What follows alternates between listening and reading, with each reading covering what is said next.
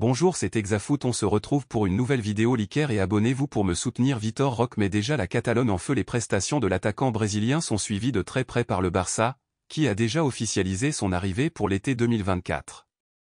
Et ça tombe bien, il est très performant.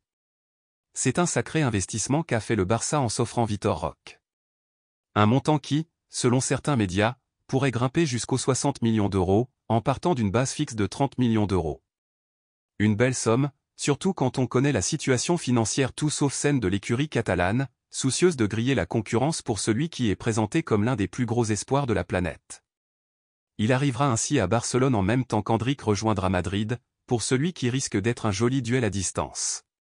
Mais pour l'instant, force est de constater que les choses se passent un peu mieux pour le Barcelonais, qui est, il faut le souligner, légèrement plus âgé. Ce week-end encore, face à Bahia, Roque a fait trembler les filets. Son premier but depuis l'annonce de son transfert à Barcelone la semaine dernière. Des stats impressionnantes, il a inscrit 5 buts lors des 5 dernières rencontres de championnat brésilien, dont il est le deuxième meilleur buteur après Soares. 8 réalisations au total, et des prestations qui enflamment les médias catalans. Ces statistiques ne font que de s'améliorer et sont extraordinaires pour un joueur de seulement 18 ans. Depuis le début de saison en 2023, il a déjà 22 buts et 6 passes décisives, souligne ainsi le quotidien Sport. Le nouveau joueur du Barça traverse un grand moment, et prouve être un attaquant très productif, démontrant les qualités qui l'ont mené au Camp Nou, indique de son côté Mundo Deportivo au sujet du Tigrino. De bon augure donc pour les Catalans, même si on sait que l'arrivée en Europe est toujours un passage périlleux pour les pépites sud-américaines. Barça, Ilkay Gündogan a un message pour Bernardo Silva. Après Ilkay Gündogan, le FC Barcelone veut shipper 2 autres joueurs de Manchester City, à savoir Joao Cancelo et Bernardo Silva. Concernant ce dernier, la recrue allemande a été claire ce lundi en conférence de presse. C'est un joueur incroyable. Il a un contrat avec Manchester City, le reste ne dépend pas de moi. J'adore jouer avec lui, il a les qualités pour être au top. Quoi qu'il arrive, je lui souhaite le meilleur, a lâché Gundo. Pour rappel, le PSG veut aussi Bernardo Silva. La Juventus dégaine une offre pour Franck Kessié. Partira pas, pour le moment en tout cas. Franck Kessié est toujours un joueur du FC Barcelone. Alors que l'Arabie Saoudite lui fait les yeux doux, la Juventus semble également attentive à sa situation. Ainsi, le milieu ivoirien de 26 ans pourrait potentiellement faire son retour en Italie, lui qui a évolué à l'Atalanta et à l'AC Milan. Pour autant, ce n'est pas si évident. Si le FC Barcelone veut le vendre, le joueur ne serait pas contre rester en Catalogne. D'après les informations de la Gazzetta dello Sport, la Juventus va quand même tenter sa chance et a proposé une offre de prêt assortie d'une option d'achat de 15 millions d'euros. Toutefois, le club catalan privilégierait une vente sèche. La Juventus offrirait par ailleurs un contrat de 4 ans au joueur avec des émoluments similaires à ceux qu'il touche au FC Barcelone. FC Barcelone, Joan Laporta rêve de Bernardo Silva. Manchester, Paris, Barcelone. Qui sait où terminera Bernardo Silva? Cet été encore, le Portugais est dans toutes les rumeurs. Véritable poison pour les défenses adverses, l'ailier droit a une nouvelle fois été étincelant la saison dernière au sein d'une équipe entrée dans la légende. Mais après plus de 6 ans en Angleterre, l'ancien monégasque songerait à aller voir ailleurs. Évidemment, les acheteurs potentiels sont nombreux, à l'image du Barça qui rêverait d'enrôler le génie d'Esquiblu. Grâce à sa bonne relation avec Jorge Mendes, l'agent de Bernardo Silva, Joan Laporta espère concrétiser l'un de ses plus grands souhaits, attirer le Portugais jusqu'en Catalogne. Alors tranquillement installé dans sa voiture, le directeur sportif du FC Barcelone a été pris à partie par des supporters lui demandant s'il allait signer l'ailier de Manchester City. « J'aimerais, oui », rétorque-t-il, accompagné d'un sourire facilement compréhensible. Malheureusement pour les Blaugrana, un transfert vers le Barça semble compliqué vu le manque de moyens des Catalans. Sous contrat jusqu'en 2025 avec les Citizens mais disposant d'un bon de sortie, la balle est dans le camp de Bernardo Silva. Mercato, le FC Barcelone a un gros problème à 60 millions d'euros. En proie à des difficultés financières depuis plusieurs années, le FC Barcelone n'est pas encore tiré d'affaire. Les Blaugrana doivent d'ailleurs trouver 60 millions d'euros avant le 31 août prochain.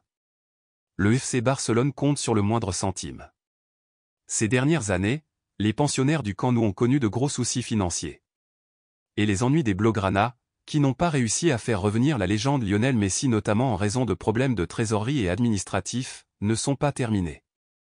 C'est en tout cas ce que révèle la Cadena Cope et Marca ce mardi. le Barça doit régler sa dette au plus vite. Les deux médias ibériques expliquent que les champions d'Espagne 2022 ont toujours une dette impayée dont le montant atteint 60 millions d'euros. Une dette qui est liée aux deux leviers économiques que le club catalan a utilisés l'année dernière. Et cela est à présent une belle épine dans le pied du club entraîné par Xavi. En effet, le FC Barcelone doit impérativement régler cette somme avant le 31 août prochain. Marca précise que si la dette n'est pas payée avant la date prévue, les Catalans auront de très gros problèmes avec la Liga. En effet, ils ne pourront pas enregistrer les nouvelles recrues, à savoir Inigo Martinez, Ilkay Gundogan et Oriol Romeu, qui devraient signer très prochainement. Idem pour Vitor Roque, qui pourrait arriver cette saison ou la prochaine selon si les problèmes des culés sont réglés. Un mercato et des joueurs bloqués. Autres joueurs impactés par ces problèmes économiques, ceux qui ont prolongé leur contrat. C'est le cas de Ronald Araujo, Marcos Alonso et Sergio Roberto. En revanche, Gavi ne serait pas concerné. La Cadena COP précise qu'il est enregistré mais que le club attend une décision de justice. Bloqué, le Barça, qui a une capacité limitée de joueurs pouvant être inscrits, est en état d'alerte et fait tout pour remédier à cette situation. Les Blaugrana comptent sur des ventes, notamment celles de Franck Kessié, d'Éric Garcia ou de Clément Langlais. Alléger la masse salariale sera aussi essentiel.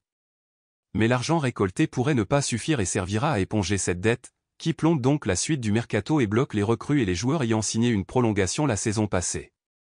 Si jamais la situation n'est pas réglée d'ici le 31 août, cela serait terrible pour les joueurs, même si Barça avait inclus l'an dernier des clauses permettant aux recrues de partir librement. Cela doit encore être le cas cette année. Les mercatos se suivent et se ressemblent pour le FC Barcelone, un club qui doit faire attention aux moindres euros. PSG, déjà une grosse inquiétude autour de Kang In Lee tout juste arrivé au Paris Saint-Germain en provenance de Majorque, le jeune milieu offensif Kang In Lee apparaît comme une piste séduisante pour le club francilien. Néanmoins, il pourrait concocter un vrai casse-tête pour l'équipe coachée par Luis Enrique. Voulant renforcer son équipe qualitativement, mais aussi quantitativement cette saison, le Paris Saint-Germain a fait quelques paris à l'instar de Kang In Lee.